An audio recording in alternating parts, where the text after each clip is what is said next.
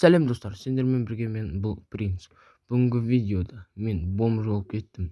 Блограша серверінде бомж болып кеттім. Оның бәрі мен досым кесірінен бомж болып кеттім. Білмеймін не үшін бомж болып кеттім, әйтеуір ақшам бәрі жоқ болды. Енді мен 1000 рубль болсын енді осы шахтадан істеуге келдім. Енді осыны жазу керек. FK4 дейді. Осыны жазамыз. Енді мен міне шахтардың киімін киіп алдым. Енді көп істемедім, шахтада түрлі болатын шығар енді. Көрейік, ал видеоны көп созбаймын.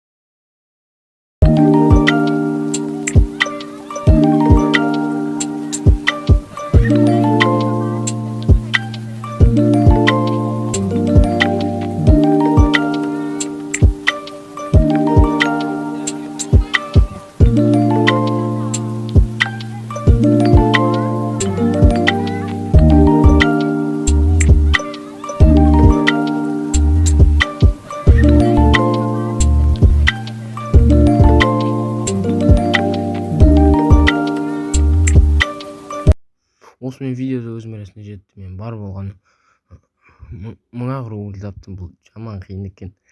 Баяғыда әйтеуір істеуші едік. От болған кезімізде қазір қиын екен. Бәрін түсінен кейін жарайды, давайте.